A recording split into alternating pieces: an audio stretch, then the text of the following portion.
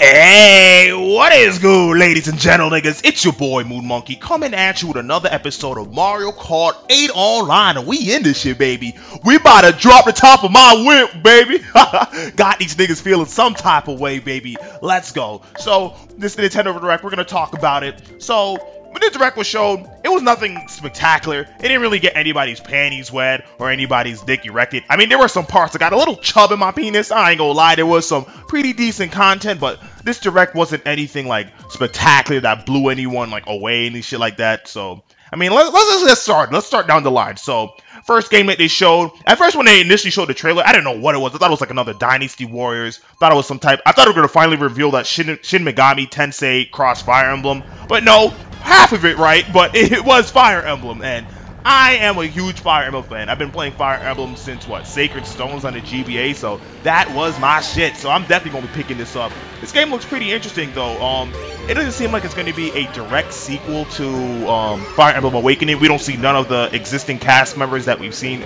I don't see any Chrom, no Robin, no Lucina, so it's not going to be anything about like the future or anything like that, so this looks like it's going to be kind of taking place in a whole new setting, and we see a whole lot of new characters. We saw this little gypsy girl dancing around. We saw this kind of like Asian kind of like warrior, and then we kind of had like this more of like this English warrior. So it looked like they had like different types of like armies kind of like coming into the mix. And I think they said Iwata mentioned that there's a new story director behind it. So we might be able to see a little interesting stuff coming out of this Fire Emblem. I don't know if we're gonna get like anything groundbreaking, but it looks like from like the trailer at least that we might be able to get a three-way kind of story, which I guess follows the story of three different types of people, and I'm guessing their lives will kind of intertwine into it. I don't know. That's just my speculation, just from looking at it from the first glance.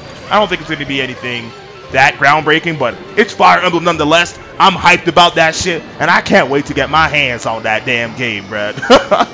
They didn't give like no release date on it or anything, so my guess is probably going to either be late 2015 or sometime in 2016, because that game was still in Japanese, and you guys know that Fire Emblem packs their game with a whole lot of dialogue, so these niggas at the localization gonna have their hands full. They won't be seeing their families for like a good 3 weeks. But yeah, after Fire Emblem, then they started getting into these puzzle games, and Lord Jesus, this shit was boring. I had to take a piss during this shit. All the games look exactly the same. The Dungeons, Puzzle, and Dragon, and then they showed like the Mario Dungeons and Dragon. Then they showed a Pokemon game that looks exactly like the first two puzzle games, and it showed us like, these games look a hella boring. I ain't into this shit, nigga. Ain't into this shit. They also showed off some, Bill Trinen came out, started talking about the amiibos, and he started saying like how the first of the games are gonna be working with is Mario Party 10, yeah, Mario Party 10, and that they're gonna release a new set of amiibos specially suited for Mario Party 10. They said you can use your Smash Bros, but you're gonna have to swipe off all of your Smash Bros content just to use their functionality for Mario Party 10. So I was kind of looking at that as like, alright niggas, you either gonna have to like buy multiple amiibos just for all these different games, because ain't no way you're gonna keep on resetting your amiibos just for different games. And that shit just sounds cumbersome. Niggas gonna be swapping around like 30 different amiibos.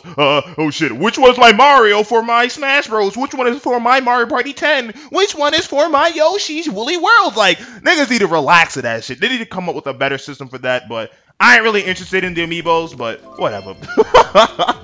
Now, after they went into the whole, like, Mario Kart 8, 10, and all the amiibos and shit, then they started getting into what I believe was the highlight of the Direct, and that was the Splatoon shit.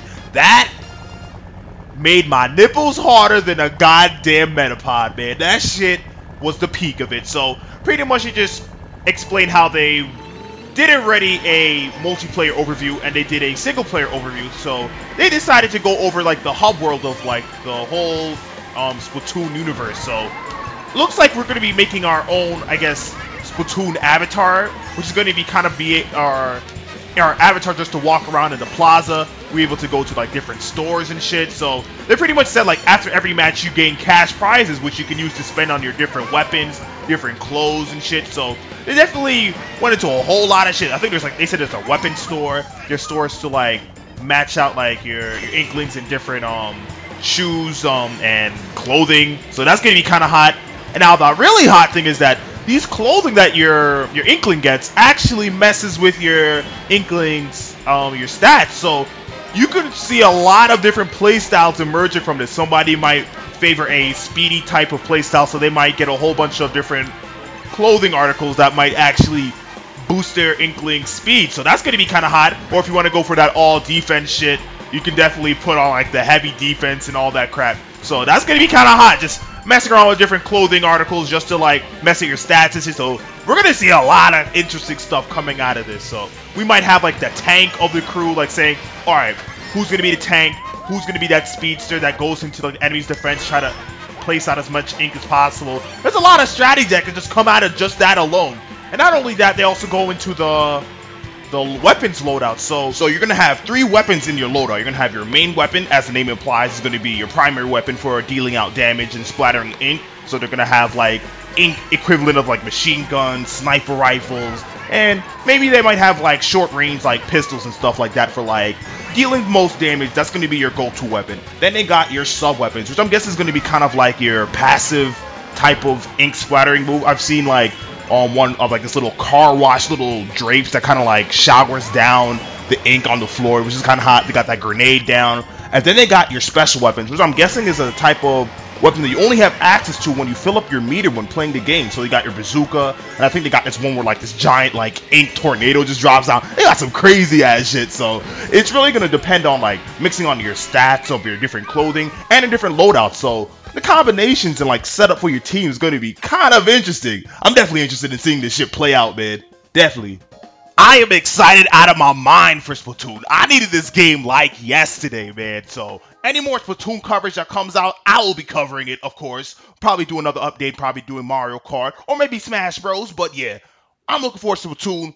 This game is looking majestic. So after Splatoon, many of the other games kind of were just kind of like meh to me. I mean, there were some really good games. Like, there's like this game that kind of reminded me of Earthbound. It was kind of like, what is it, like Citizen Heroes or Hero Citizens or some shit like that. It looked pretty interesting. Kind of reminded me of Earthbound with all the wacky locations that we're in. One game that really caught my eye that I'm really interested in this time around is actually Xenoblade Chronicles X. I never really played Xenoblade for the Wii, but I did watch a Let's Play on it, and that game really caught my eye, so I'm definitely interested in I definitely will pick up that game. I'm not sure if I'll probably do a Let's Play sometime in the future, but I'm definitely eyeing that game, and definitely liking what I'm seeing so far. Right now, in the Direct, they just pretty much gave us like a location of just like they just gave us like a rundown of all the different locations. It's pretty much just like graphic porn there. Like, they're just showing all the different locations, showing off the hardware of the Wii U. Those places look beautiful as fuck. Some of them kind of seem reminiscent of like the first Xenoblade on the Wii, and it kind of had a lot of new environments as well. So it was kind of interesting to see. Codename Steve, that game was looking interesting as fuck as well. And the real kicker for that game is that they started adding Fire Emblem characters to that shit. I was like, what? Steam-powered Ike? What? Ike gonna be looking majestic with that shit, man. Ike and Abe Lincoln? Oh, my nigga Ike about to set you slaves free. Mr. Lincoln and Ike said I was free, son. Ike gonna be looking majestic. I noticed all the Fire Emblem characters, they seem to have like this kind of like steampunk look to them. So that's gonna be kind of hot. So not only Ike is in it, but Marth, Lucina, as well as Robin. I believe they all have their own special type of, I guess, playstyle. So if you have those amiibos, pretty dope. Now, this is the type of functionality that actually would make me get an amiibo, like actually adding characters and content into games. So that's really interesting.